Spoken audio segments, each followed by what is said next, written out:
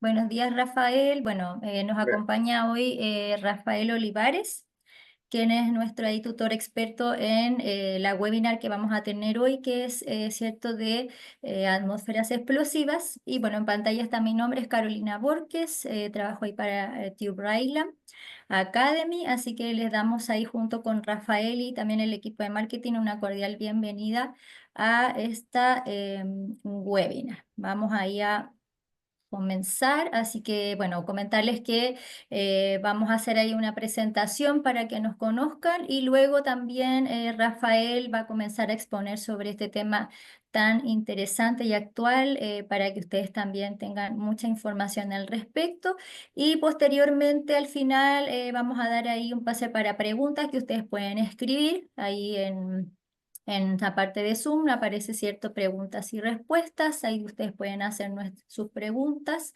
y al final ahí le vamos a hacer, le leemos las preguntas a Rafael para que él las pueda ahí responder.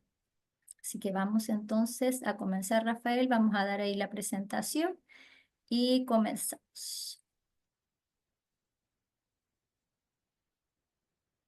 Bueno, ¿yo comienzo ya o no? Sí, yo voy a comenzar, Vale, vale, ya comienza tú. sí, un momentito que voy a proyectar.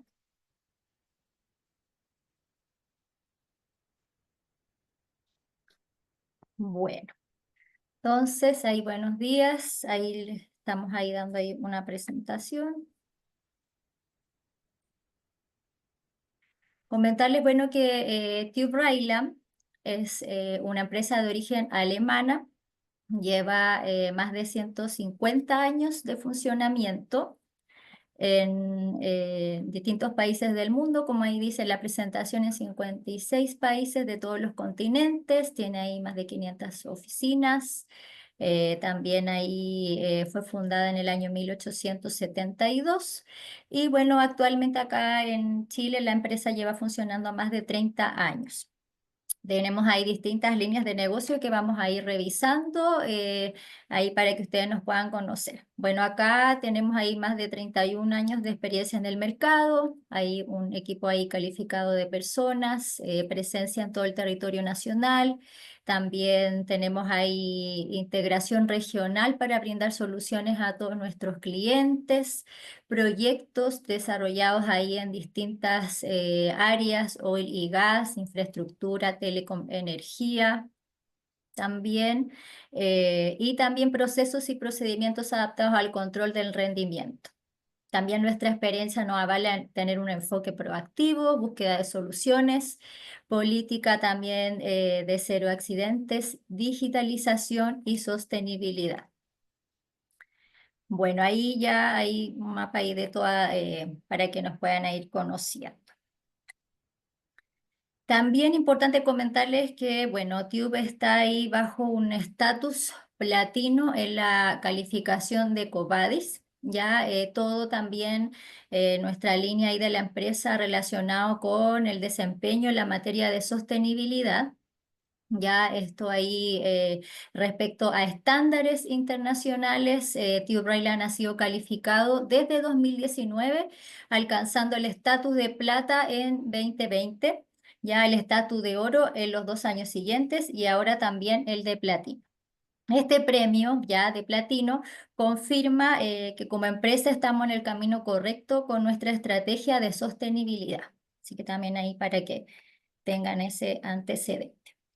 Bueno, como les comentaba al principio, TIUF tiene distintas hay líneas de negocio.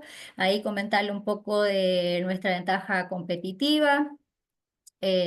Ofrecemos servicios que mejoran la seguridad y la calidad, proporcionamos excelencia en el servicio a cada cliente y también lo importante que generamos confianza con nuestros clientes y apoyamos su negocio para hacer un mundo más seguro y sostenible.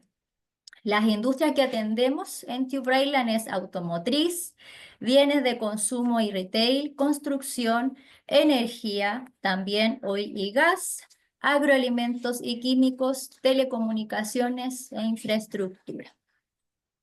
De nuestros servicios principales, bueno, entregamos servicios técnicos a nivel mundial, Tenemos ahí un legado, como les comentaba, de ya más de 151 años de avanzar junto a las industrias y nuestro objetivo siempre es dar forma al futuro a partir de la seguridad y la sustentabilidad. Aquí les vamos a nombrar ahí brevemente nuestras áreas de negocio. Bueno, todo lo que es ahí la capacitación, la certificación en el área de People and Business Assurance. Tiene que ver con la verificación esta área, capacitación de la de seguridad laboral, certificación en sistemas de gestión, ya relacionado con también formación y desarrollo de recursos humanos, certificación de sistemas de gestión y también servicios personalizados.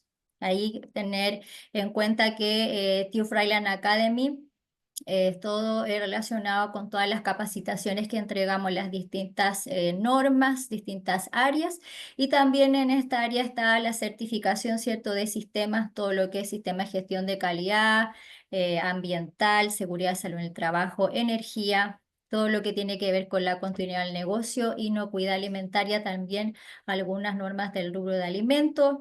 Y también, bueno, ahí compete que somos también un organismo de capacitación acreditado por CENSE bajo la norma chilena 2728. Además, otra área que tiene nuestra empresa es que está en el área industrial, entrega servicios industriales al medio ambiente y sustentabilidad relacionados, ¿cierto?, con servicios de inspección de suministros, análisis de riesgos, servicios de huella de carbono, servicios de hidrógeno verde, también orientados al litio y gerenciamiento de proyectos. Movilidad es otra de nuestras áreas. Tenemos ahí la verificación del cumplimiento de la normatividad en el transporte. Ya tenemos ahí, ¿cierto? Entregamos todo lo relacionado con servicios de plantas de revisión técnica, también para que ustedes nos tengan ahí, lo tengan en conocimiento. Inspección, auditoría remota, servicios de inspección periódica. Así que también ahí estamos en esta área de movilidad. Luego también productos, certificación de productos eléctricos. Ya brevemente ahí, bueno, certificación SEC de producto eléctrico, certificación en eficiencia energética SEC, certificación Subtel, también autorización SEC para productos fotovoltaicos y de electromovilidad, certificación sistema de control de asistencia DT y servicios de inspección de producto. Todo esto, ¿cierto?, relacionado con productos eléctricos. Algunos de nuestros clientes, ahí para que también conozcan quienes trabajan ahí con nosotros mano a mano durante todos estos años: MPC, SQM, AFP Modelo, WSP Colbún, Arval, Siemens Energy, Kaufman, Samsung y entre otros muchos más. Bueno, esta webinar muy interesante de atmósferas explosivas, ¿cierto?, que se abrevia como ATEX, es un tema ahí muy importante también ahí para todos y para las empresas, y en esta oportunidad quisimos elegir este tema para informarlos a ustedes, ¿cierto?, a nuestros clientes, a nuestra audiencia sobre este tema. Para esta webinar va a exponer Rafael Olivares, ya quien es ingeniero industrial superior, especialidad química de la Escuela Técnica de Ingenieros Industriales de Barcelona. Ya está conectado también, comentarles ahí desde Barcelona. Bueno, está en nuestro staff, ¿cierto?, de nuestros tutores, expositores. Es un formador acreditado por el Ministerio del Interior de España para impartir en los centros de formación, actuación y adiestramiento del personal de seguridad privada, enseñanza de explosivos, protección contra incendios, rayos X, medios de detección. La experiencia de Rafael, ya más de 22 años en multinacional del sector químico y más de 40 vinculado a prevención de riesgos laborales como asesor interno y externo.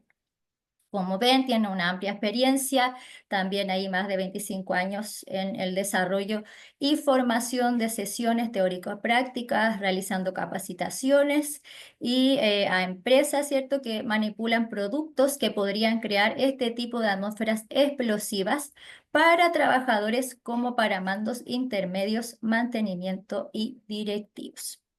Así que ahí un poco presentar a Rafael. Brevemente ahí ya para darle el pase a Rafael, bueno, ahí como también podemos ayudarlos, están nuestros datos, está ahí nuestro link para la página web donde pueden encontrar todos nuestros cursos, también información de esta capacitación de ATEX, que también tenemos en modalidad abierta y modalidad cerrada. Ahí también al final les vamos a volver a recordar. También tenemos ahí para que nos puedan seguir en redes sociales. En LinkedIn, Tube Rayland Sudamérica, nuestro mail de contacto capacitación@cl.tube.com. Los datos también ahí de Gabriela Díaz, Local Business Field Manager acá de Tube Rayland Academy, nuestra dirección. Y bueno, esperamos que sea muy provechosa esta webinar, muy interesante el tema. Y ahí dejamos entonces a Rafael para que pueda comenzar ahí con la webinar. Entonces, Rafael, te doy el pase ahí para te escuchamos. Voy a poner aquí, entonces voy a... Buenos días para todos y vamos a empezar con la presentación. Pasamos un poquito todo esto. Vale, vamos a empezar aquí con lo de la presentación. Bueno, ¿qué vamos a explicar hoy en ese sentido? El ATES es una simplificación de dos palabras que es atmósfera explosiva. O sea, ATEX. Entonces, aquí, en toda la dinámica, en todo lo que es el ATE, hay dos partes. Una de ellas que sería identificar y clasificar todas las atmósferas explosivas que hay en cada empresa, en cada instalación. Y otra sería, ya que tenemos una clasificación y una identificación y una extensión de estas atmósferas, habría que ver en esas atmósferas cómo se instalan los equipos adecuados, con unos sistemas de protección adecuados. ¿Para qué? Para intentar minimizar la probabilidad de lo que le falta para que explote, que son fuentes de ignición.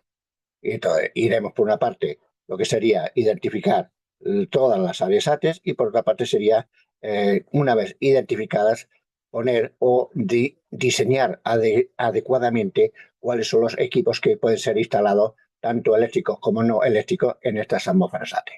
Y ahí habrá unos sistemas de protección allí. Bueno, voy a ser breve, o sea, voy a intentar, tengo un plazo, pero voy a intentar explicar cuatro conceptos básicos y luego dejar más tiempo, sobre todo, para todas las preguntas que me queráis hacer, ¿eh? Yo, con todo gusto, las voy a ir contestando. En principio, diríamos los riesgos existentes de ATES en las empresas. Bueno, el primer riesgo, como antes he ido diciendo, sería la clasificación de las zonas peligrosas. Todas las empresas deben de buscar, identificar cuáles son las zonas en las que podía haber una atmósfera explosiva. Ahí, no nos olvidemos, estamos en un mundo global y hay dos ramas o dos formas para clasificar. Por un lado tenemos la norma europea, la norma directiva ATES, y por otro lado tenemos las normas americanas, también las NFPA. Ambas son válidas, ¿eh? No hay problema entre una y otra. Se intercambian, explicaré también qué es lo que hace cada una de ellas, muy brevemente, para que sepamos decidir a cuál podemos hacerlo. Al final, lo que haremos siempre será un estudio, un documento, aquí en España se llama el DPC, Documento de Protección contra Explosiones, y coloquialmente se le suele llamar el informe ATES, en el cual está la identificación de todas las zonas ATES y también los equipos que se colocan en estas partes, en estas zonas que tienen ATES. El riesgo existente primero es la clasificación de las zonas peligrosas. Hay que identificar cuáles son las atmósferas explosivas que pueden estar en las instalaciones. Como concepto base, no nos vamos a olvidar que el fuego, explosión y todo esto en general es una reacción química entre un combustible, que es una sustancia que a una cierta temperatura desprende vapores, y estos vapores, si están en su rango de explosividad, una fuente de ignición, pues entonces puede haber un fuego, un incendio, una explosión de playa. ¿Qué se puede quemar? ¿Qué es lo que podemos quemar? Bueno, podemos quemar gases o vapores inflamables, o también podemos quemar polvos o combustibles sólidos. Son las tres formas en las que podemos tener fuego o incendio o explosión, ¿no? Sería gases, vapores inflamables y, por otro lado, los combustibles sólidos. Eso serían las cosas que se pueden quemar, digamos allá. Hay una serie de elementos que nos hace falta saber para cada cosa. Si nos referimos a lo que es gases y vapores inflamables, hay unos parámetros que son clave. Sería la temperatura de inflamación. En inglés es el flash point. Puede ser en copa cerrada, en copa abierta. Es la mínima temperatura a la cual una sustancia desprende vapores que con una fuente de ignición se enciende una llama y se apaga. Es la mínima temperatura y es con el ADN de cada sustancia. El alcohol de la bebida, el alcohol de uva, el etílico, pues esa temperatura está entre 13 y 16 grados. O sea, que si calentamos el alcohol a 13 y 16 grados, desprende unos vapores que si están en su rango de explosividad, con la mezcla con el aire, con el oxígeno y una fuente de ignición, podemos inflamarla. Sería 13-16. El gasoil o el diésel, como le llamáis, está entre 60 y 65, por lo cual nos hace falta el calentarlo hasta 60-65 grados para poder provocar un incendio. Y podemos tener la gasolina. La gasolina es muy peligrosa porque esa temperatura de inflamación está en función de su octanaje entre 33 y 44 grados bajo cero. O sea, a menos 33 y a menos 44. Es la más peligrosa porque en temperatura de ambiente ya no da atmósfera. ¿Qué factores nos van a hacer falta para esta clasificación de las zonas peligrosas? Nos va a hacer falta, entre los gases y vapores inflamables, la temperatura de inflamación y otra temperatura que la voy a mencionar que es súper importante también, que es la temperatura de autoinflamación. La temperatura es combustible, el componente, y lo calentamos. No damos ninguna fuente de ignición. Lo calentamos y hay una temperatura en la que se vuelve antorcha, se inflama solo y da llama. Esto podría explicar muchos fuegos espontáneos. Si tenemos un vertedero en el cual hay materia orgánica, la materia orgánica se va pudriendo y da el gas metano. El gas metano, la temperatura de autoinflamación, pues a lo mejor es entre 230 y 240. Si conseguimos calentar el metano que se produce en esta degradación de la materia y si lo conseguimos poner a 230 grados, habrá una llama y esa llama va a iniciar todo el fuego de este vertedero. Luego ya tenemos estos puntos clave que son temperatura de inflamación, rango explosivo, tenemos también la temperatura de flash point y otro punto importante es que cuando digo rango explosivo es el límite bajo, o sea, la mínima concentración de gas y vapor inflamable que hay en la mezcla total con el aire. Ese sería el punto que hay que conseguir que no lleguemos nunca en gases y vapores inflamables, porque es cuando comienza el peligro. Y llegamos a un punto que es el límite alto de explosividad. Ese límite es la máxima concentración de gas y vapor inflamable que podíamos tener, y a la cual si pasamos este límite alto no hay ninguna explosión, no hay peligro de nada. Está en unos rangos explosivos. Para vuestro conocimiento, podemos tener la del gas metano o la del canaca que está entre un 5 y un 15%. En otras palabras, si pasáramos la concentración a más de un 15% en la mezcla gas vapor inflamable con el aire, no habría explosión. No habría explosión. Está entre un 5 y un 15. Si vemos, por ejemplo, el hidrógeno, está entre un 4 y un 70. En ese rango se puede explosionar, se puede hacer mezclar. Y finalmente podríamos tener el óxido de etileno, que es un producto químico que se usa mucho para los anticongelantes, que está entre un 1 y casi un 100%. Por lo tanto, este sería el más peligroso de todos. Pues entonces aquí veo en la primera diapositiva y ahora me refiero a las directivas o la forma europea, ¿no? Y vamos a decir que se programan o se identifican o se clasifican las zonas peligrosas. Aquí estoy diciendo zona 0, zona 1 y zona 2. ¿A qué me refiero? Me refiero, la zona 0, no nos olvidemos que un riesgo es la probabilidad de que pase un peligro con una consecuencia. Pues la zona 0 es donde tenemos más probabilidad, es la más peligrosa. En zona 0, que es en gases, en zona 1, también para gases, y en zona 2, en zona 0, es el sitio con la probabilidad más alta. Tenemos una atmósfera explosiva en un funcionamiento casi continuo o durante largos periodos de tiempo. En zona 1 hay menos probabilidad y en zona 2 hay menos probabilidad. Si nos referimos a combustibles sólidos, esta zona, estas son normativas europeas, pues nos va a dar en lo que sería zona 20, zona 21 y zona 22. Luego, una forma para distinguir si estamos hablando de gases o vapores inflamables, o estamos hablando de combustibles sólidos en zonas, es que los gases y vapores inflamables siempre serán 0, 1 y 2. Y si es combustible sólido, pues será la 0, la equivalente será zona 20, zona 21 y zona 22. Estas son las equivalencias que hay acá, ¿no? Es poner un 2. Si nos referíamos, esto es normativa europea.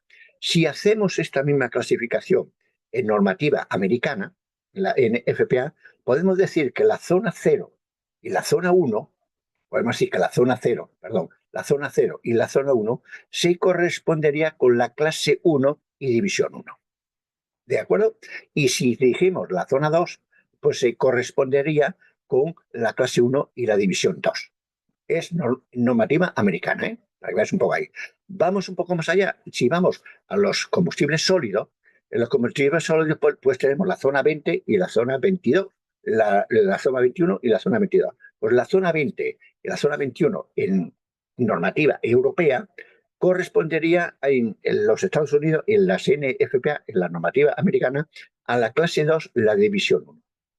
Y si tomamos la zona 22, en normativa europea, correspondería a la clase 2, la división 2. ¿Cuáles son las grandes dos diferencias en esta clasificación con estas dos normativas? En la normativa ATEX, que está en Europa, ¿cuál es la base para que clasifiquemos? Lo vamos a clasificar en frecuencia de los escapes y la duración de cuánto tiempo se mantiene la zona ATEX. Mientras que en las NFPA, en los Estados Unidos, lo que vamos a hacer es, nos vamos a basar sobre todo en la probabilidad de que tengamos una atmósfera ATEX. ¿De acuerdo? Esto va a ir. ¿Qué riesgo tenemos? Fugas de sustancias inflamables.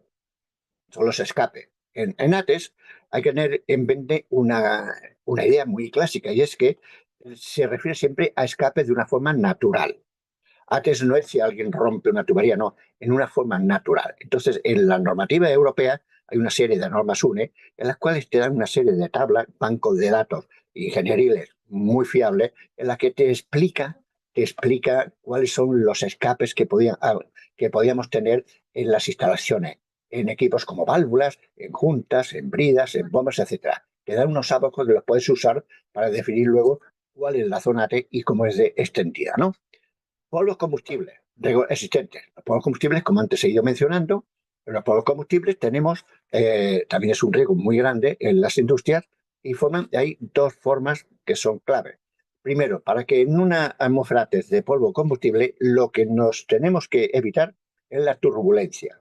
En zonas ATES con polvo combustible, hay escapes que ya vienen por las capas de polvo en sí. Y hay cálculos si la capa es de 5 milímetros, de 12,5 milímetros, pero esto sería siempre de una forma muy sencilla. En los parámetros que nos afectan mucho sería, por un lado, el ECME, que es la concentración mínima explosiva, también lo que sería la presión que tenemos allá. Entonces, cada polvo combustible tiene una presión máxima, la cual explota en ese sentido, ¿eh? Por lo tanto, acá, en estos polvos combustibles, hay que evitar sobre todo, la turbulencia, la ventilación, porque cuando se explosiona o hay más peligro es cuando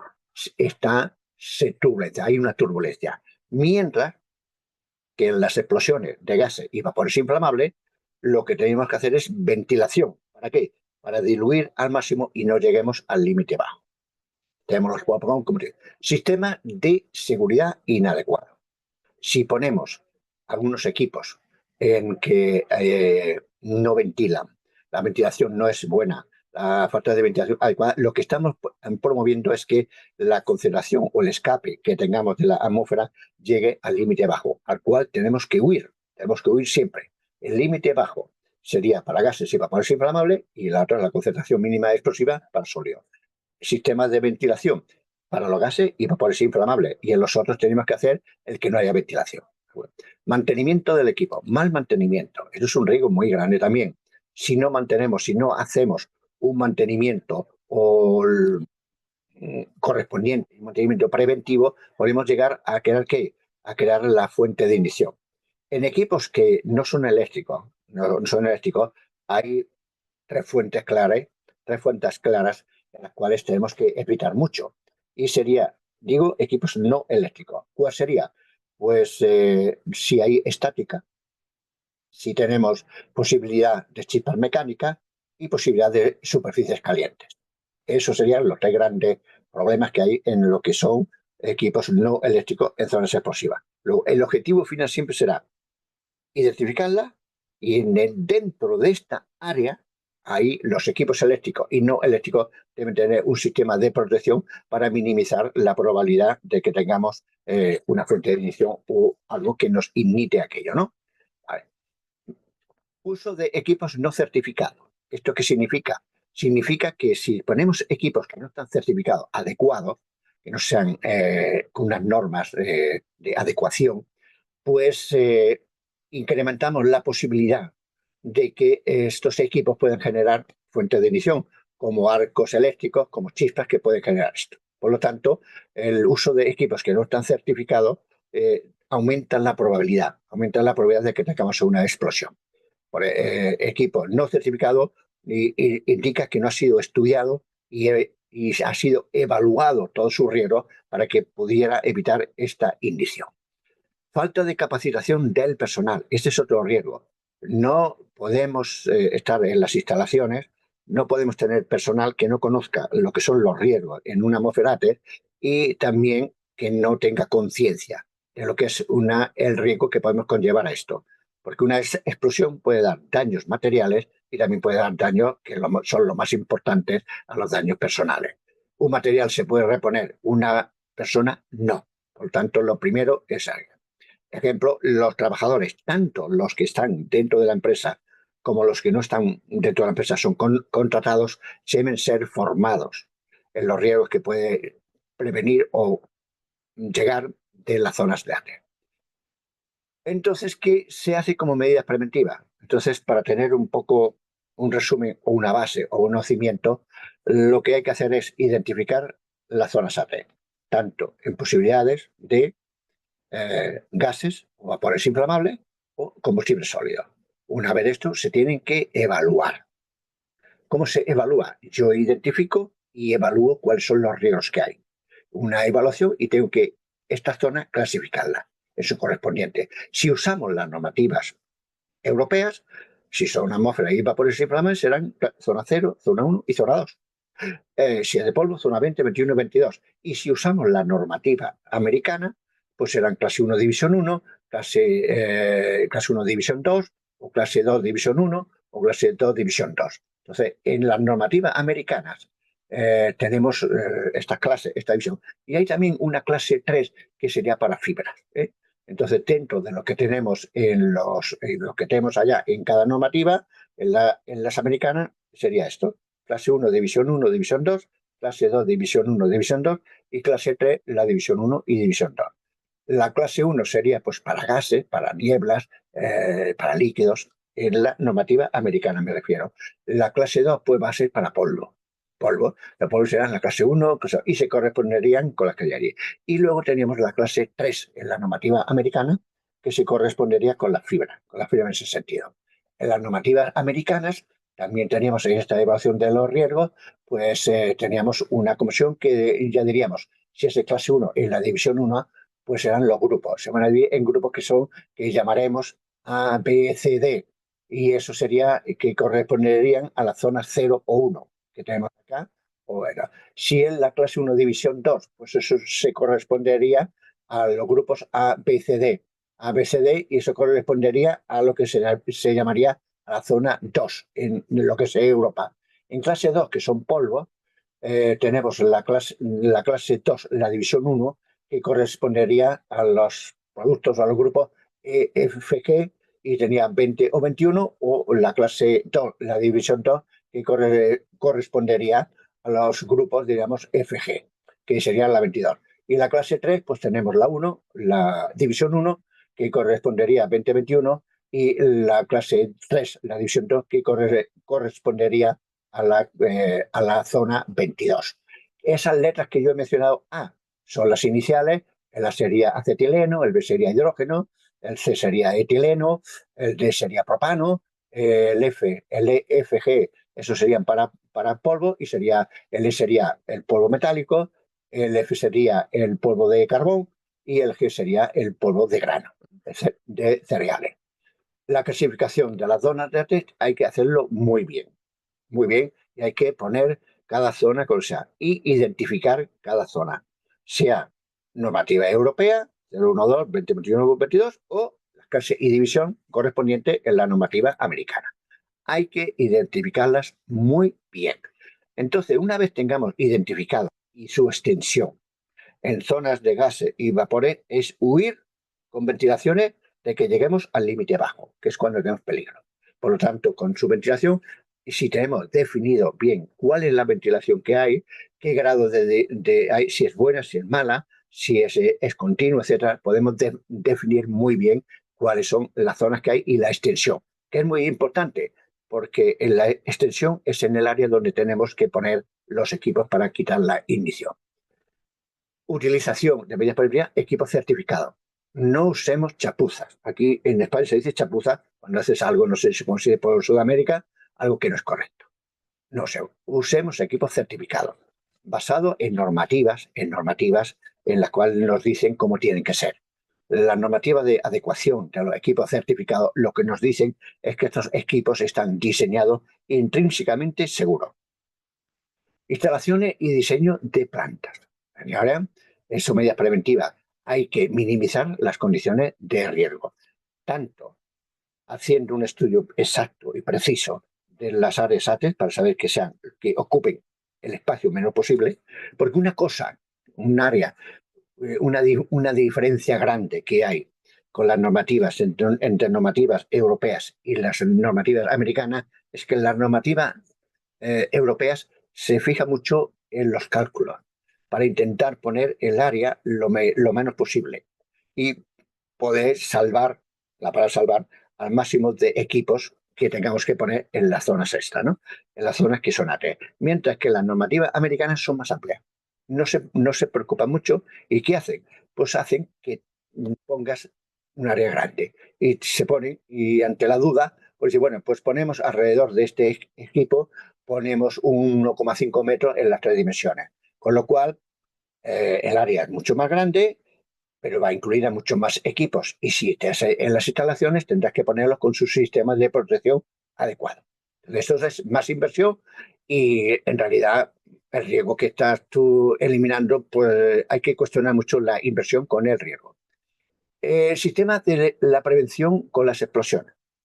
Dentro del estudio de la atmósfera explosiva, tenemos que mirar también cómo podemos hacer para protegernos de los efectos de las explosiones, para minimizarlos y que no se extiendan mucho.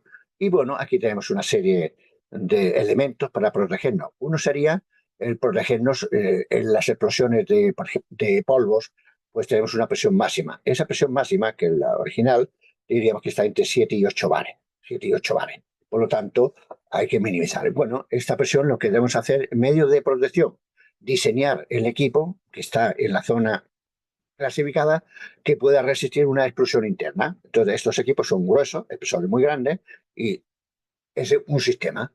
Y juegas con el límite elástico hasta que, o sea, otro sistema sería paneles de venteo. Paneles de venteo que son unos aparatos, unas zonas en el cual pones una zona débil dentro del equipo que quieres proteger. Y es un panel con una chapita, con una lámina, en la cual esta lámina empieza a romperse a lo que es acero como un bar. Entonces, lo que llegamos es, sale deja caer o deja salir a una cantidad de gases de la explosión, y esta cantidad de gases, pero no es toda, que genera que la presión máxima que puede llegar no son los 8 bares, sino que a lo mejor queda en 2 o 3 bares.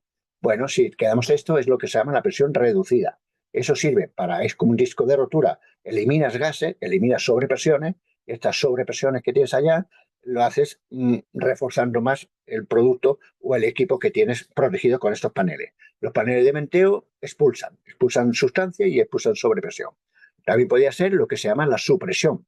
La supresión es unos botellones a 60 kilos por centímetro cuadrado con un producto que es supresor. O sea, que en el momento que detecta por la membrana que hay una onda expansiva, una de explosión, se enciende, se pone un explosivo, rompe la membrana que contiene este polvo y lo suprime. Y en milisegundos suprime aquella explosión. Esto es muy usado en industrias de harina, etcétera, pero es caro y se exige un gran control para que no salte en una zona o no salte inadvertidamente, ¿eh? Vale. Capacitación, vemos que lo mismo. Medidas preventivas, capacitación y sensibilización del personal.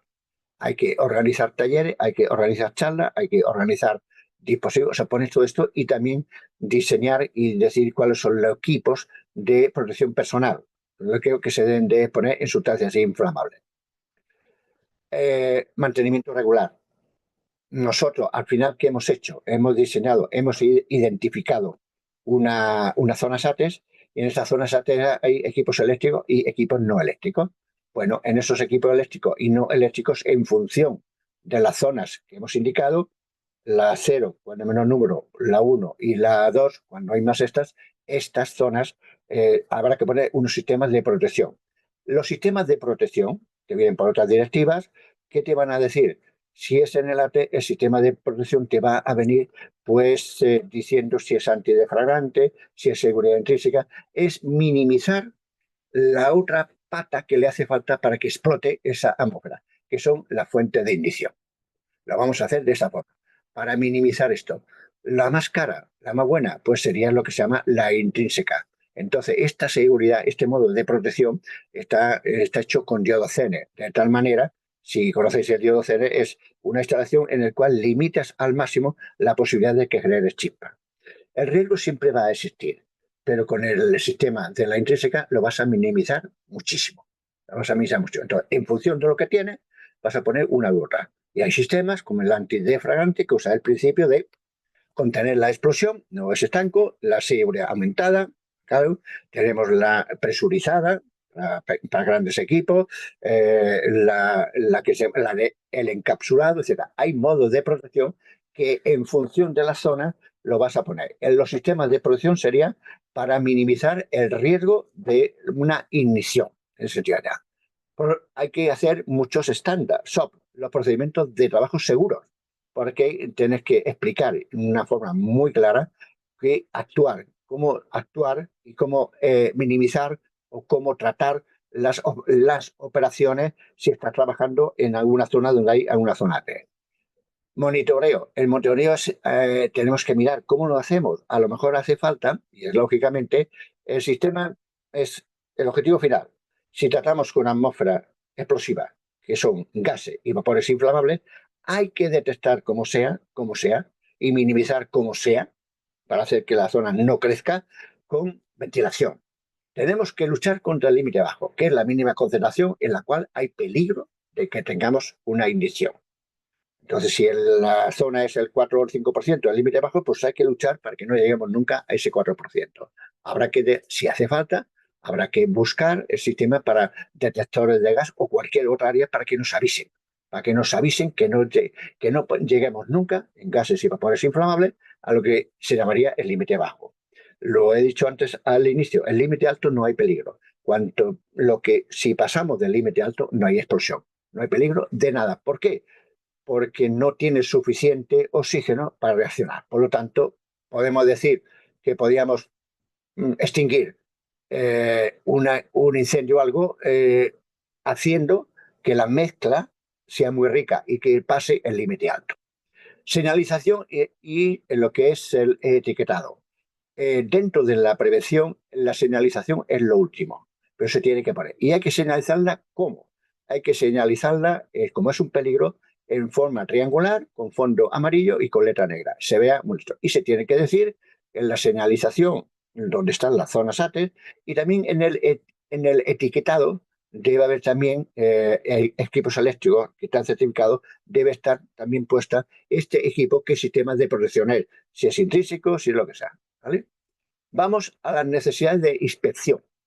Una vez que tenemos las zonas ATES, y las zonas ATES tienen un área ya. En lo que es la normativa europea, nos da los cálculos y nos da la zona y nos dan los datos para calcular muy bien la frecuencia que tiene que ser el escape y la extensión y la duración. En función de la zona, del tipo de ventilación y todo esto, podemos saber que hay una zona. Imaginemos que esta zona sea pues 10 centímetros alrededor del posible escape de una brida o de cualquier cosa. Entonces, en esa área que hay allí, todos los equipos eléctricos que hay y los no eléctricos tienen que estar protegidos. ¿Para qué? Para que minimicen la probabilidad de una ignición. Y este sistema de protección estará muy relacionado en función de la zona que es. Entonces, si estamos en una zona cero que es más peligrosa, los equipos del sistema de protección será mucho más restrictivo, será mucho más caro, será intrínseco. Si estamos en una zona uno será menos y en zona 2 será menos, como lo mismo 20, 21, 22, o como si tomamos las normativas americanas, clase 1, división 1, clase 1 o clase 2, o la división 1 o la división 2. La división 1 es más peligrosa y la división 2 menos. Entonces, siempre en la revisión en equipos de eléctricos, en los equipos eléctricos hay tres tipos de inspecciones. Está la visual. La visual es que le faltan tornillos, que le falta algo. Luego estaría la que sería la cercana. Hay tornillos, están todos, pero están flojos. Y la detallada, que sería la más profunda. Lo desmonto, mira a ver si realmente hay algo más, alguna cosa que no había. Entonces, en la descripción de las necesidades hay que inspeccionar, porque los equipos que están instalados en estas zonas tienen que estar o instalados de una forma para que vaya todo correcto. Entonces, sería inspección visuales, serían pruebas también de seguridad eléctrica, a ver, comprobar la resistencia del aislamiento o continuidad para que no haya fugas de corriente, etcétera.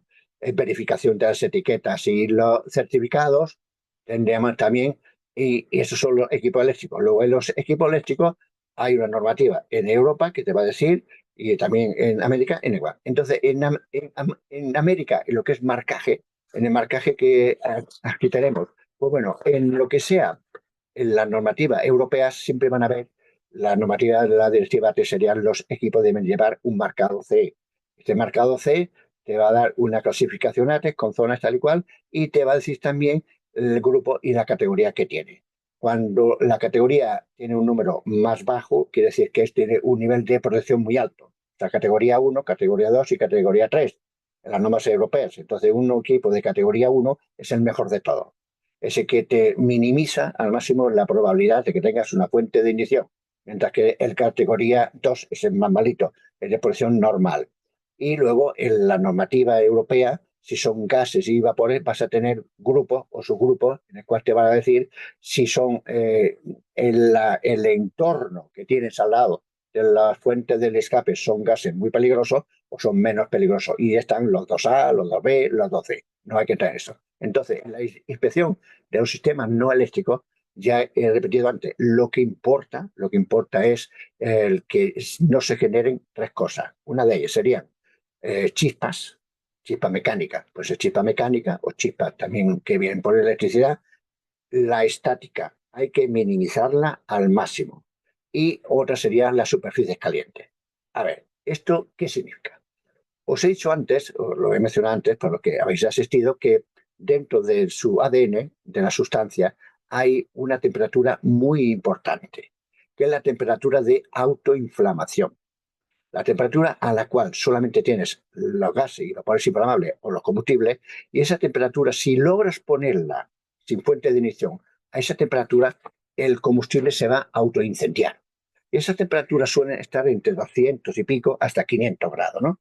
Bueno, pues un objetivo clave cuando tenemos las clases, las zonas ATES, es que las temperaturas de los equipos que hay allá no nos lleguen nunca a la temperatura de autoinflamación de lo que tenemos alrededor. Si tenemos polvo, tenemos equipos y por lo que sea, falla el aislamiento y tenemos una parte metálica del equipo, de un horno, lo que sea, y llega a una temperatura, lo que hay que conseguir es que la temperatura máxima de la parte metálica o de la parte no sea más alta que la temperatura de autoignición de lo que hay circundando.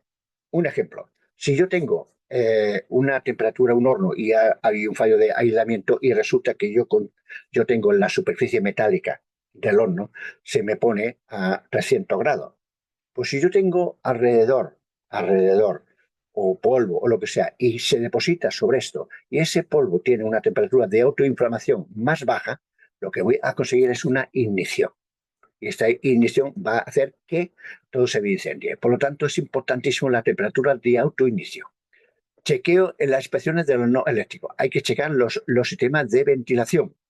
Asegurar sobre todo los sistemas de ventilación, si depende si es gas o vapor inflamable, que no lleguemos nunca al límite bajo. Allá. Tenemos otra parte, diríamos, aquí, en el cual tenemos esto aquí, y vamos a decir, a ver, un momento, aquí.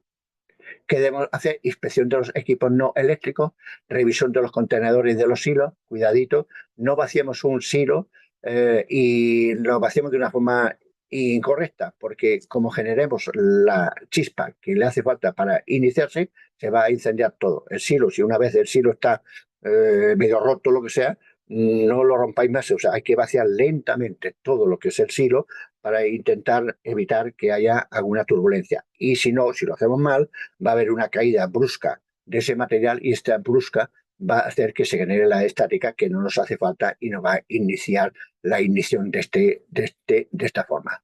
Frecuencia, inspecciones periódicas, tiene que haber una inspección posterior a mantenimiento y las inspecciones ad hoc que se llaman, dijéramos, tras incidente o cambios en el proceso. En esta área, la normativa europea es muy estricta y lo que nos va a decir es que tengamos que formar a estas personas, que, a ver, aquí Gabriel Vázquez, no sé quién levantó la mano, no sé exactamente. A ver, perdona.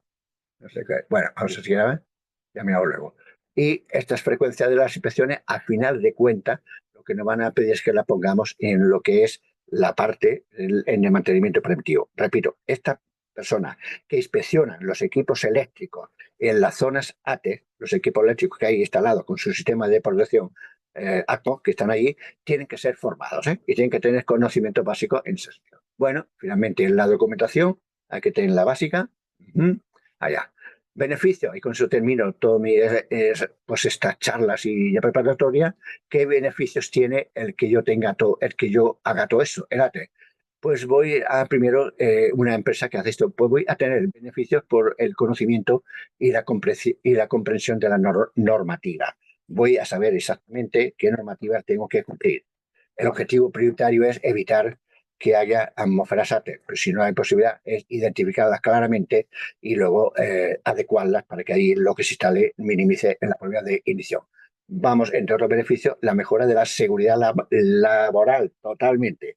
La seguridad laboral. Vamos a mejorar rápidamente esta mejora. Aumento de la eficiencia operativa, también, y tenemos también ahí lo que sería, pues la parte de decir, la prevención de accidentes, los costos asociados.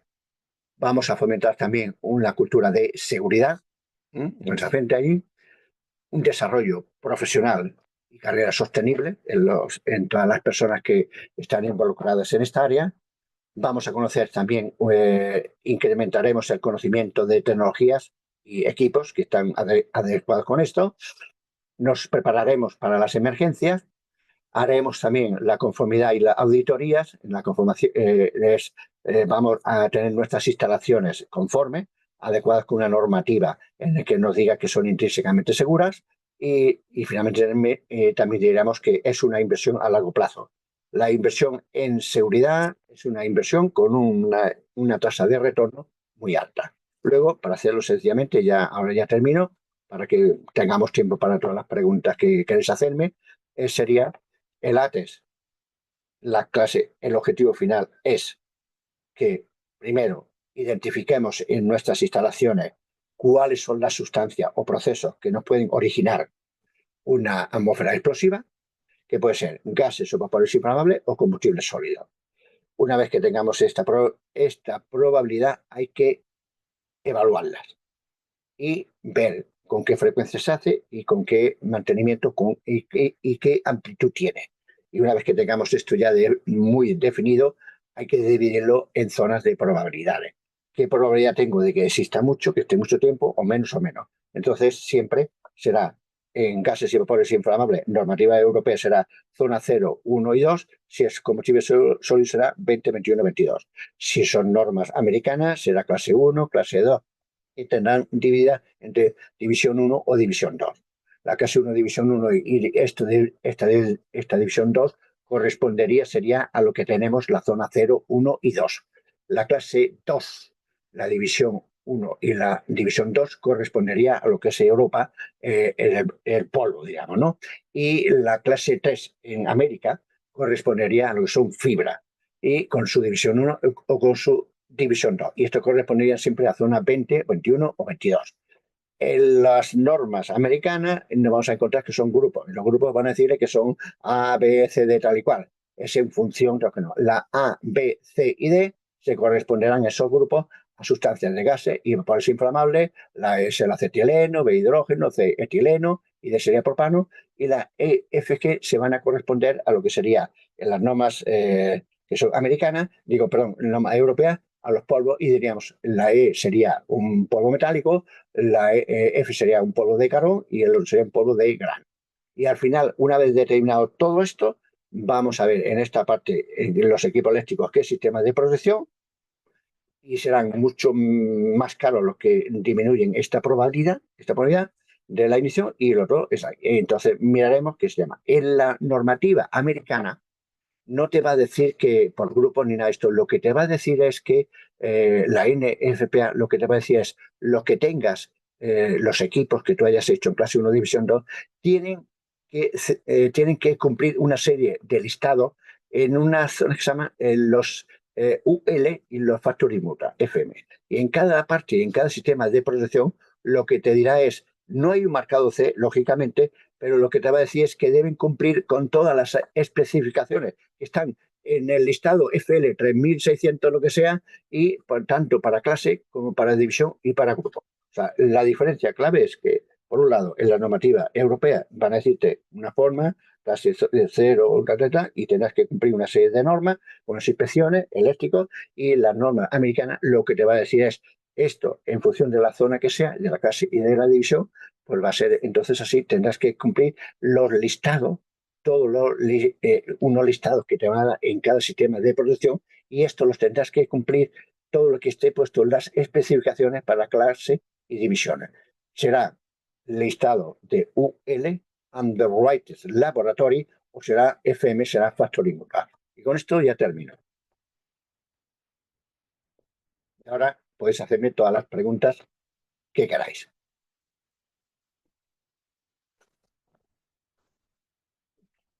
Carolina, Sí, muchas he gracias terminado. ahí, Rafael, por tu Creo que hemos ido. exposición. Hemos ajustado tiempo para dar tiempo para que las personas es así. Espero no. He ido a saco, como se dice acá. Pum, pum, pum, pum, pum. De una forma para intentar poner de una forma lo más clara posible y lo más sencilla lo que significa el arte, ¿eh? Entonces ahora, todo el tiempo que queráis, yo os voy a ir contestando, ¿eh? A las preguntas que me Bueno, hagan. muchas gracias entonces ahí, Rafael, por esta interesante, ¿cierto?, exposición de este tema de ATEX. Ahí en el chat del Zoom y abajito, si ustedes miran, hay una parte que dice preguntas y respuestas, y pueden escribir ahí su respuesta, o si se sienten cómodos en el chat, no hay ningún problema. Tenemos ahí está ahora una pregunta, así que te la voy a leer, Rafael, para que tú la puedas responder. Vale. Dice, bueno, hay una persona, bueno, no se identificó, pero bueno, vamos a leer ahí, me imagino si está escuchando ahí a ver tu respuesta. Dice, ¿cuál considera que son los principales retos en la comprensión y cumplimiento de las normativas ATEX en los proyectos de hidrógeno verde en estas primeras fases del mercado, desde kilowatt hasta 100 megabytes de electrolisis? Vale. Ahí lo que tendrías que mirar los retos es ver la posibilidad que tengas algún escape de hidrógeno, un escape de hidrógeno. Y en función del escape tienes que identificar las posibles zonas que puedes encontrar. Entonces, en estas zonas, en las zonas que serán de 0, 1 y 2, tendrás que poner el equipo adecuado para que la probabilidad de la ignición sea mínima. El hidrógeno es bastante malito, y está clasificado en la zona la más peligrosa. Por lo tanto, el hidrógeno tiene un rango de explosividad muy amplio, es muy peligroso. Entonces, en esta fase, aquí en la normativa europea, el reto es conseguir que si ese escape, lo que sea, el escape sea lo mínimo posible, controlar el escape, tanto por escape de fallo como por escape estructural, por las instalaciones, y sobre todo si hay este escape es mantenerlo lo mejor posible. En el escape del hidrógeno, como es muy poco denso, si es en gas 13 veces menos denso que el aire, la zona peligrosa siempre será por arriba. Entonces hay que tener mucho cuidado con eso. Hacer el estudio teniendo primero minimizar la fuente de escape. Y cuando se tenga la fuente del escape, pues las temperaturas que tiene y como es muy poco denso relativo con el aire, tener muchísimo cuidado con lo que hay. Y el sitio donde está el minimizar los equipos eléctricos, como va a haber bastante zona cero, tendrá que ser de un tipo de producción intrínseco, que es el más bueno de todo. Habrá que poner un nivel de producción muy alto. Muchas gracias ahí, Rafael, por la respuesta. Bueno, tenemos ahí otras preguntas. Marco Saavedra, ahí, bueno, consulta, dice, Marco Saavedra está ahí de Costa Rica y nos consulta. Manejo del hidrógeno ya sea a baja presión y alta presión. En Japón, con su código de seguridad de gases, usan el hidrógeno. Y después nos indica, bueno, en Japón a bajas presiones lo utilizan como el gas natural NFPA 2. ¿Trata igual el hidrógeno a baja o alta presión? Hombre, entre baja y alta presión en todos los escapes vamos a ver hasta dónde llega cada uno. Entonces, si es baja o alta presión, si es un escape, lo que te va a y te va a dar una influencia grande es en el dimensionamiento del área ATES. O sea, a más presión tendrás más alcance, tendrás más salida y entonces la atmósfera ATES será mucho más grande. A ser más grande te va a incluir más equipos eléctricos al tener más equipos eléctricos, los tendrás que adecuar con los sistemas de protección adecuados. Entonces, con más presión y menos presión, esto lo único que te va a decir es exactamente el alcance o la zona donde podrías tener hidrógeno. El hidrógeno, la mala pata que tiene, diríamos, es que el límite bajo es un 4%, pero en realidad lo que teníamos peligro sería de una cuarta parte, o sea que con un 1% de concentración del hidrógeno gas en ese sentido, pues teníamos la posibilidad de que hubo un peligro de que tocamos a una explosión.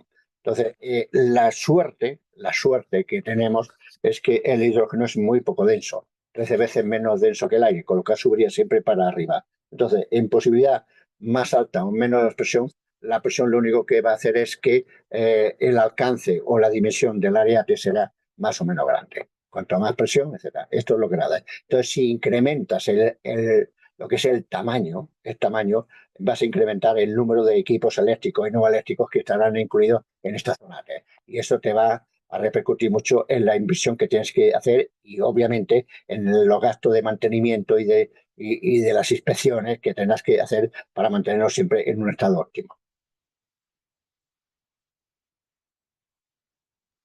Gracias, Rafaela, y espero que haya sido ahí respondida la pregunta de Marco y también agradecerte, Marco, por realizar ahí tu consulta. Siguiente pregunta. Bueno, ahí dice, ¿cuál es la mejor forma de identificar si el polvo de café liofilizado, muy poca celulosa, no indica entre paréntesis, es explosivo? ¿Qué prueba o laboratorio es confiable para Colombia? Ah, el café y polvo del café, yo le puedo remitir que hay muchos bancos de datos muy interesantes en el que te dan muchos datos. En la normativa europea hay una norma, creo que es la 2007 IN, en la cual hay muchos datos sobre polvos y cosas de ese estilo.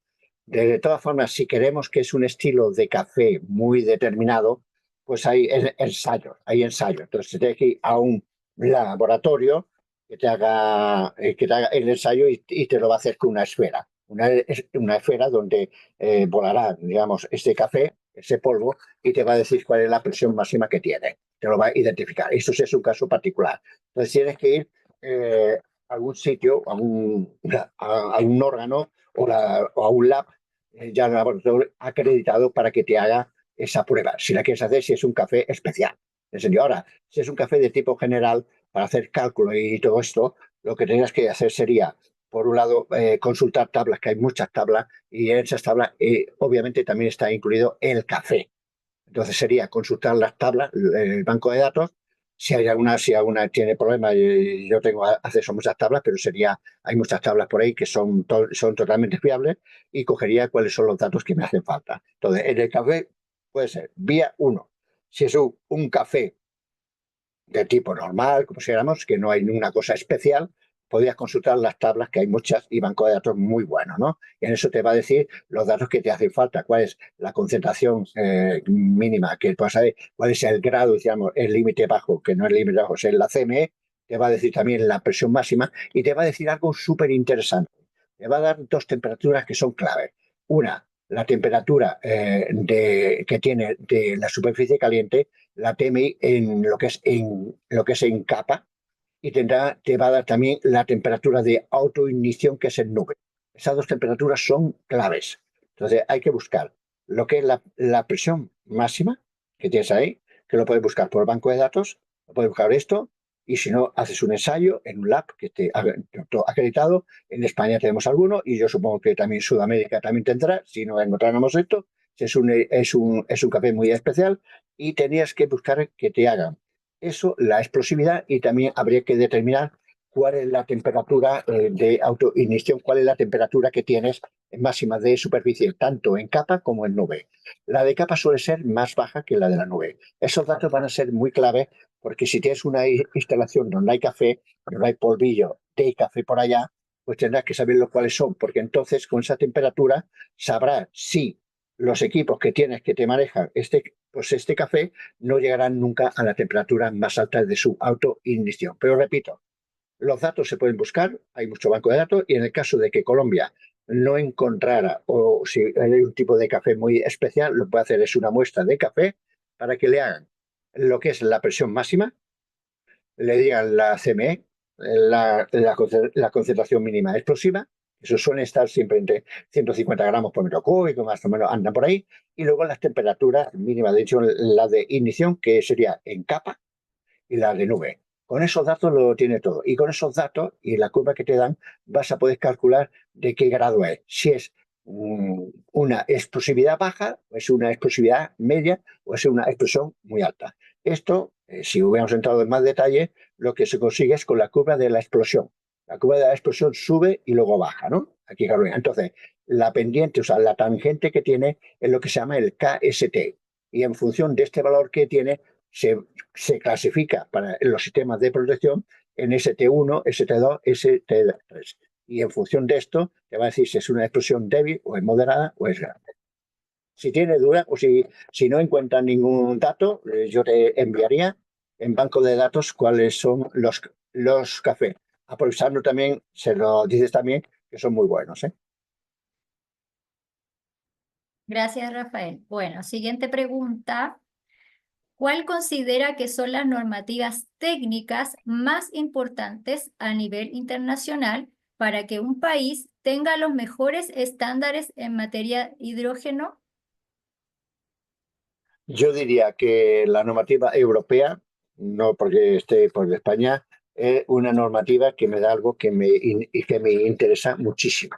Y es que me va a decir, estará basada en el sentido de que yo voy a identificar las zonas de una forma más detallada. O sea, yo voy a hacer un estudio más concreto, y me voy entonces a basar en algo muy bueno, que es la frecuencia del escape y la duración. Eso está muy bien. En las normativas americanas, yo he estado con una empresa americana, lo que te dice sobre todo es la probabilidad de que haya, pero no define mucho. Son más conservadoras porque te dan unos rangos muy amplios, 1,5 metros alrededor. Las zonas, tanto sea 0, 1, 2, como 20, 21, 22, como clase 1 división arriba, son tridimensionales. O sea que si trae un área es alrededor, o sea, alrededor, largo, ancho, alto. Entonces tienes que tener cuidado. Las americanas son más conservadoras, digamos, y te dan unos datos que algunas veces son exagerados. uno y pico de metros, 2 metros, tal y cual. Mientras que las normas europeas te permiten hacer una clasificación mucho más detallada y mucho más concreta. Y puedes determinar mucho mejor y puedes salvar equipos de una forma no para eliminar el riesgo, sino con un riesgo aceptable totalmente, lo puedes hacer mucho mejor. Yo recomendaría, si se puede, las dos son válidas, ¿eh? Tanto la una como la otra. Yo recomendaría como para trabajar mucho mejor y mucho más exacta la normativa ATES, la normativa europea. Muchas gracias, Rafael. Bueno, Marco Saavedra, que también había hecho una consulta, nos escribe nuevamente, dice, ¿es recomendable uso de software de análisis de gases para ver zonas de riesgos? Distancia de pluma, sobrepresiones. Yo utilizo el Aloha, dice con mayúscula, gratuito. ¿Otros software gratuitos recomendables? Bueno, hay muchos software para calcular lo que dijéramos. A ver, hay un software, hay tablas Excel, si quieres calcular zonas, si he entendido bien, con todo detalle en las normas europeas. Hay software que son en Excel, unas tablas Excel, en las cuales tú le pones los datos que tú quieres y te dice exactamente cuál es la zona, amplitud, para arriba, para abajo, tal. Ese es muy bueno, es de acceso libre. En el caso de que hiciera falta, pues yo las tengo también, es acceso libre y te las puedo proporcionar, Carolina, ¿eh? No hay problema. Entonces sería para calcular todo el detalle el cálculo de zonas, etcétera, y el marcaje, digamos, que tenemos que hacer allá. En lo del software, tú, si es un equipo realmente, para cogerlo todo, si tienes que un equipo de software, hay un hardware o algo que está dentro de la zona test, lo que tienes que procurar, si es una zona que es así, pues que cumpla con la normativa para no provocar ninguna fuente de ignición. A eso me refiero algunas veces, si no esto, y yo añado, pues alguna vez tiene alguna típica pregunta que me han hecho alguna vez, ¿se pueden usar móviles? ¿Se pueden usar no sé qué en zona explosiva? Cuidado. Lo que tienes que mirar, el móvil o lo que sea, es qué condiciones hace que este móvil o lo que sea, ese software pueda generar el equipo en sí a una fuente de ignición, o por calentamiento, o por chispas, por llama, etcétera. Entonces, siempre por rotura, como si queremos allá. Entonces, siempre tengamos equipo eléctrico. Si es un equipo eléctrico dentro de la zona test, tiene que tener unos sistemas de protección en función de la zona que es. Si es más probable o menos probable. Y en función de la zona que tiene y en la zona que el equipo eléctrico debe cumplir el sistema de protección adecuado. Si es una zona de alta probabilidad, como una zona cero, lo más seguro es que le pedirá que sea intrínseca y no te dejará que sea otra. Y en otras zonas te van a permitir que pongas una u otra. Eso, equipo eléctrico. En equipos no eléctricos, que van a hacer también, hay unos sistemas de protección para equipos no eléctricos. En Europa, si tenéis algún equipo que está marcado, porque en la norma americana no está marcaje C, ¿no? Entonces, si tenemos un marcaje de un equipo que es europeo, que se rige por la normativa europea, si una letra que os va a decir si es un equipo no eléctrico o es eléctrico, es que en el marcaje, si es europeo, si es europeo, veréis la letra H pequeña, H de hijo, H pequeña. Entonces, en el marcaje, si veis la letra H pequeña, lo que te está diciendo, si está marcado con la normativa europea, que ese equipo es no eléctrico. Entonces, el software, si es equipo de software así, pues ahora si es un programa para eso, tú puedes usar externamente lo que tú quieras. Software, hay mucho. Si queremos calcular con normas europeas, hay software muy bien hechos, en el que son tablas Excel, en el cual tú le vas poniendo los datos y te dice exactamente la amplitud, la zona, y te lo dice absolutamente todo. Y es acceso libre.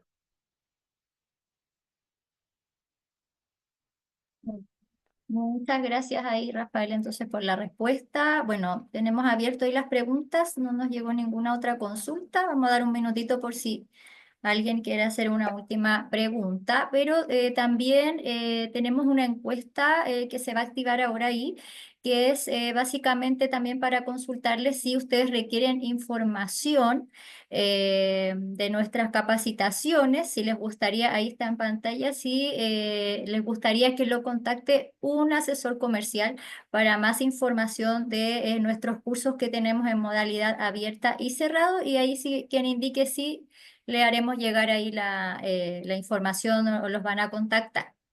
Ahí sí que está activa para que puedan ahí en línea, ¿cierto? Responder si están interesados.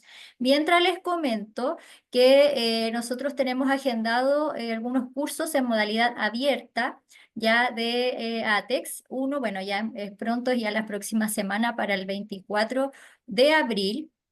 Y el próximo curso que tenemos también programado es para el 16 de junio. Ya estos son cursos online que los dicta ahí Rafael, que es nuestro experto, en horario de 9 a 18 horas de Chile, porque es un curso de 8 horas. Así que esas son las dos fechas que tenemos por si requieren información para que también la puedan solicitar, escribir. Les voy a, ahí a dejar también el correo de TIUF para que si tienen alguna consulta o requieren información nos escriban. Entonces, 24 de abril y 16 de junio.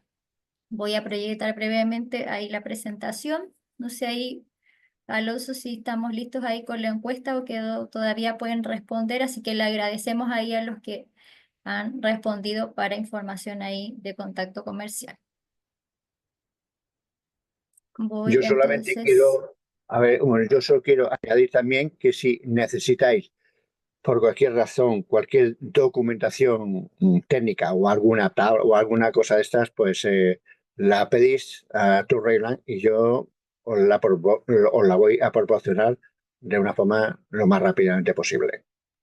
Sí, lo que podemos sí facilitarles para de esta webinar es la presentación, ya toda información, documentación específica que indica Rafael, podemos entregarla, pero obviamente sí realizan ahí nuestros cursos, pero sí esta presentación va a ser enviada para que ahí ustedes la puedan obtener. Voy a proyectar ahí rapidito para dar ahí finalización a la webinar la presentación con nuestros datos para quienes llegaron ahí al final la puedan obtener. Bueno, hay una pregunta acá, dice, la última pregunta que vamos a responder, dice Rafael, equipos listados o aprobados, dice la norma NFPA. Sin embargo, también indica certificado por el fabricante. ¿Qué indica norma europea? La norma que está aquí, la europea, dice que el equipo tiene que estar certificado con marcaje C. Entonces tiene que hacer se tiene que hacer los riesgos, evaluar todos los riesgos, evaluar la conformidad que se llama, y dentro de la normativa europea te van a exigir que cumpla los requisitos esenciales de seguridad y salud.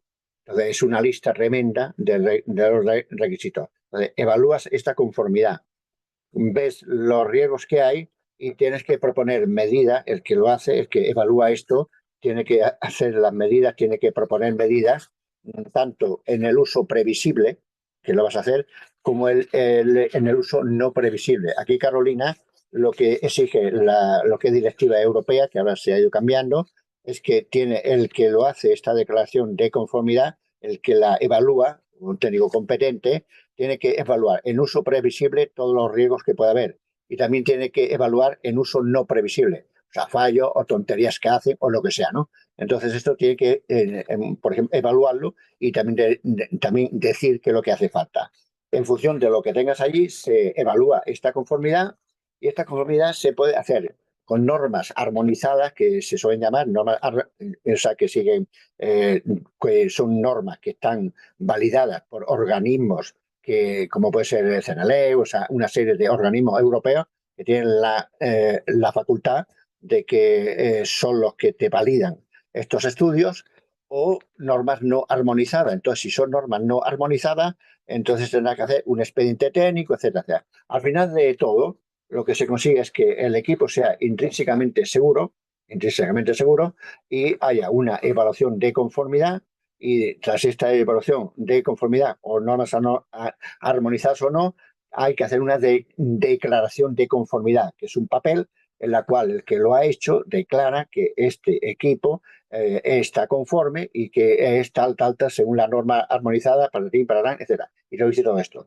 Y esto se hace en la lengua que ya pueda corresponder, y lo interesante es que tú quedas reflejado, el que lo ha hecho allá, y con esta declaración de conformidad ese equipo se puede comercializar en la Unión Europea.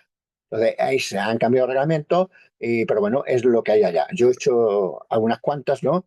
Os puedo asegurar que es pesadito, ¿eh? Porque tienes que ver todos los requisitos esenciales uno a uno y evaluar los riesgos y la conformidad en función del uso previsible y el uso que no sea previsible. O sea, aquí Carolina, tienes que inventarte si hacer un mal uso. Y el mal uso, ¿cómo lo puedes suponer? Tienes que decir, proteger, etc. Y ahí hay una serie de datos en la adecuación de esta maquinaria. Esta máquina te va a decir si te hace falta, qué sistema de protección debes hacerlo, en función de la posibilidad de fallo o no. Os puedo decir que es bastante pesadillo, pero los equipos que están armonizados, que salen con esta declaración de conformidad, os puedo asegurar que están bastante bien estudiados y las posibilidades de errores son más bien bajas. Lo malo sería otro. Si un equipo, por ejemplo, de Chile, por ejemplo, un equipo de Chile quiere ser comercializado en Europa, por lo que sea, ¿no? Por lo que sea comercializado, lo que debería hacer es ver el conseguir que le pongan el logo de como que ha pasado la evaluación de conformidad. O sea, si tú, por ejemplo, o sea, Carolina, tú quieres vender en la Unión Europea, para que lo veáis, una jarra de las de agua que se pone en filtro, para que filtro de carbono, ¿no? Para esto, para que la puedas vender en Europa, lo que tienes que hacer es traer el equipo que tú tienes, esa jarra de plástico, de lo que sea, ¿no?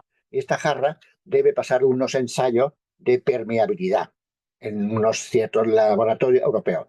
Y si pasa esos ensayos y esa conformidad y tal cual, lo que vas a conseguir es el logo, es el que te pongan en la parte baja de esa jarra el simbolito de una jarra echando agua. En el momento que tú consigas ese logo, quiere decir que has pasado las pruebas de conformidad, has pasado los requisitos esenciales y tú podrás comercializar esa jarra en Europa. Entonces, en los equipos ATE tienes que pasar una evaluación de conformidad, tienes que hacer la declaración de conformidad y el equipo tiene que pasar todo esto. Y una vez que lo haya pasado, entonces puedes comercializarlo. Si no, no podrás comercializarlo en Europa. Todo eso es así. Otra cosa que hay es también en Europa y lo que es en España, yo creo que en España todas las instalaciones industriales, todas las empresas tienen que dar de alta sus instalaciones industriales.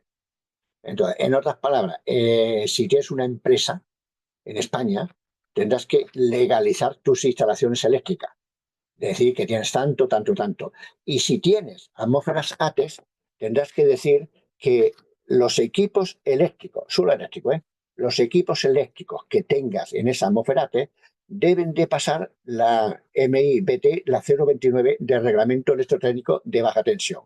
O sea, que esos equipos eléctricos deben de cumplir, pues que los cables sean armados, que no sé qué, toda una serie de esto. Entonces, ese adendum que tienes, lo tienes que decir, lo tienes que incluir en el expediente que tú tienes como empresa, en la legalización de esto. O sea, que aquí hay, o sea, además de todo esto, es que las instalaciones eléctricas, los equipos eléctricos que están en la zona SATE, tienen que ser legalizados, o sea, que cumplir una normativa de reglamento electrotécnico de baja tensión. Y esto, cuando lo cumple, entonces lo tienes que decir e incluir en el expediente general tuyo.